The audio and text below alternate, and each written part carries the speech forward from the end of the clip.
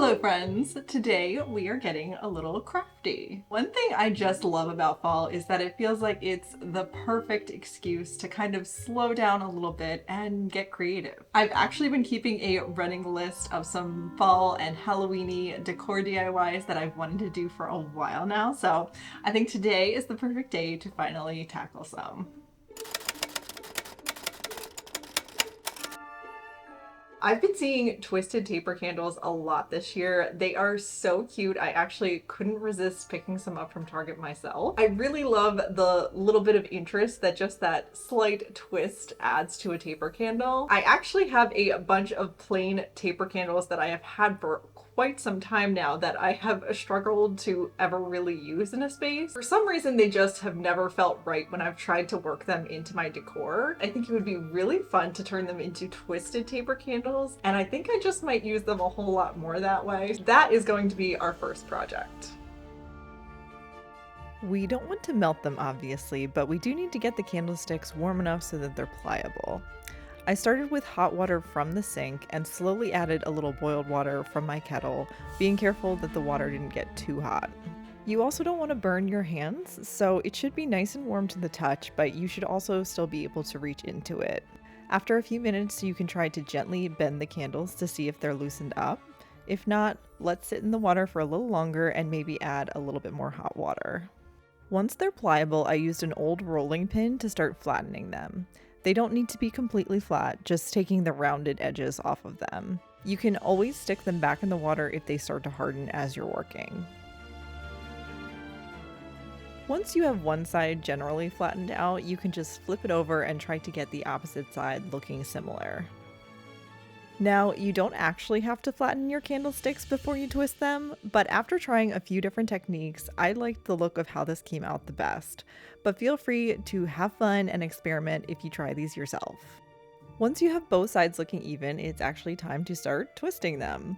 I wanted them to be twisted from top to bottom, so I started at the top and I worked my way down, but you could also just twist them in the middle or in certain sections. If they start cracking as you twist them, then I'd return them to the water to warm up for a little bit.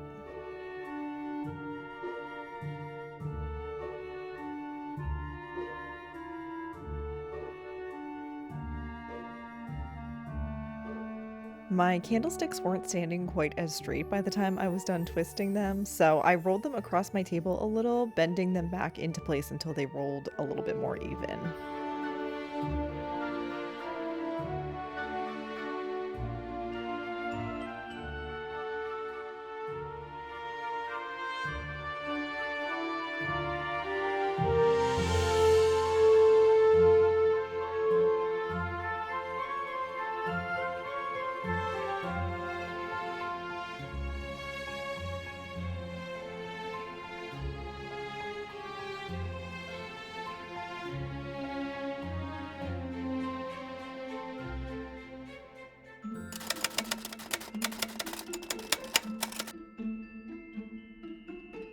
So our next project is actually going to be a little thrift flip.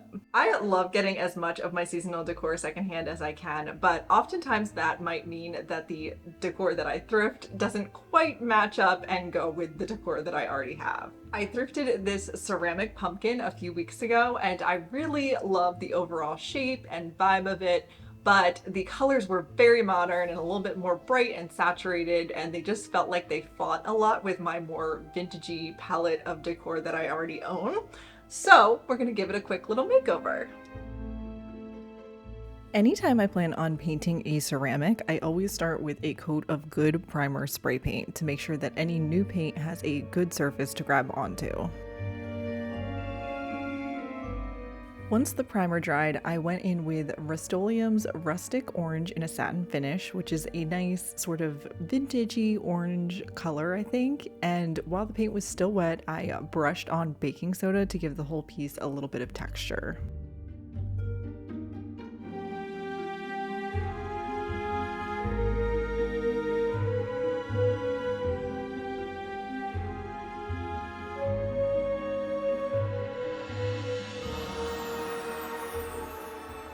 So now was the fun part. I put on a favorite movie to set the mood for some painting. I used a mix of craft paints that I already had on hand to layer in some more color. To give some dimension to the overall orange color on the pumpkin, I used a color called Cinnamon Stick and watered it down quite a bit and then just stippled it on.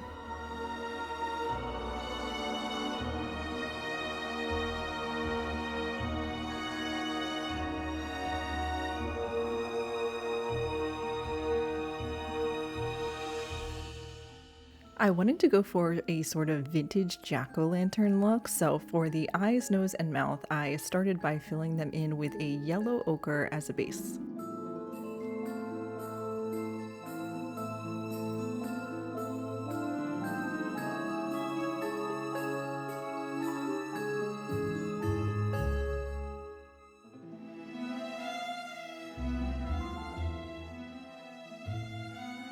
I am terribly impatient, so to speed up the drying process, I actually used my hairdryer on the cool setting set to the lowest power to help set the yellow paint so I could move on to the next layer.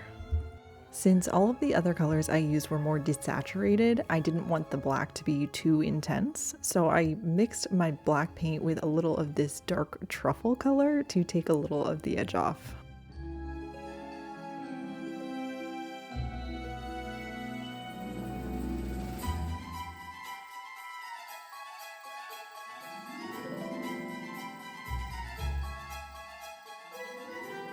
Once that dried, I went over the whole piece with clear enamel spray paint just to seal all the new paint and everything together.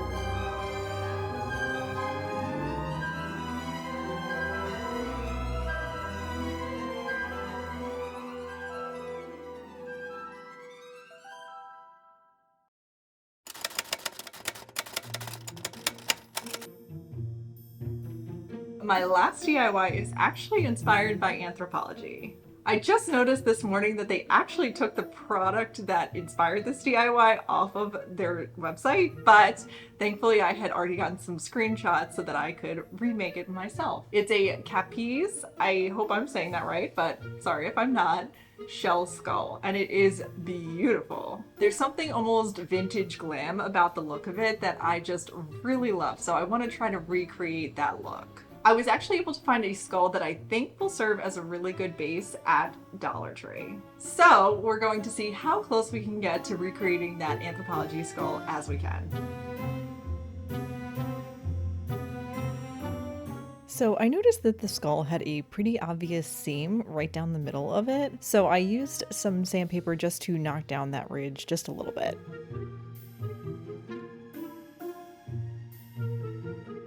Because I knew I'd be building on top of it, I covered it with a primer spray paint to make sure that there was a good surface to build off of. Also, the skull had a little bit of a green tinge to it, so the white primer really helped tone that down.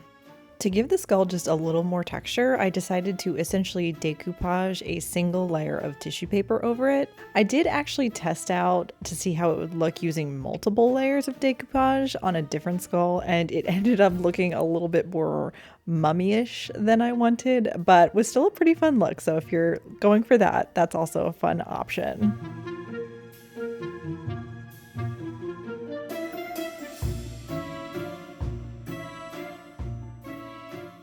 In case anyone's unfamiliar with this technique, all I'm doing is painting on a bit of Mod Podge, laying some tissue paper over it, and then adding more Mod Podge on top of that. I tried to keep my tissue paper pieces fairly large so that there wasn't too many seams, but I did find that especially around the eyes and the nose, it was helpful to work in smaller pieces.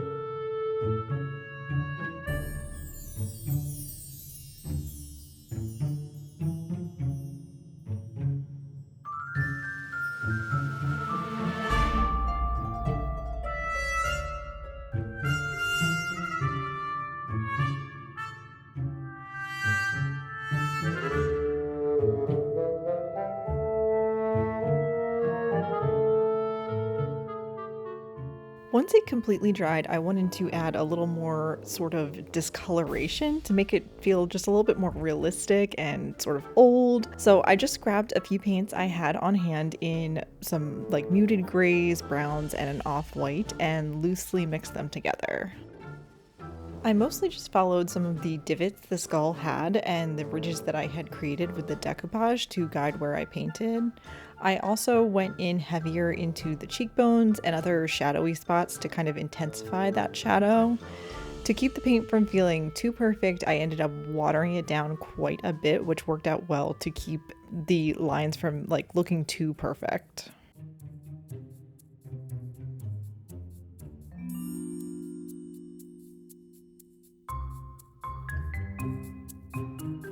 In order to get that super shiny shell look that the Anthropologie skull had, I found this pearl-like finish paint at the craft store. I painted a thin coat over the whole skull. It gave the whole thing a great finish that I was looking for, but the paint wasn't so thick that it completely covered that shadow layer that I had painted before, and you could just see it peeking through, which I think was perfect.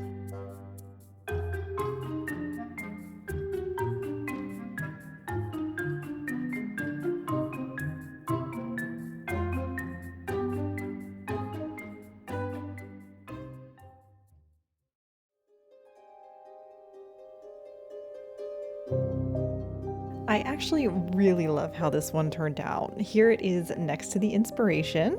I don't have a lot of super spooky decor, but I do think that this is the perfect touch without being scary. I would love to hear about any fall and Halloween crafts you've been working on. I still have quite a long list to work through myself, but I hope you are having a lovely day and I will see you next time.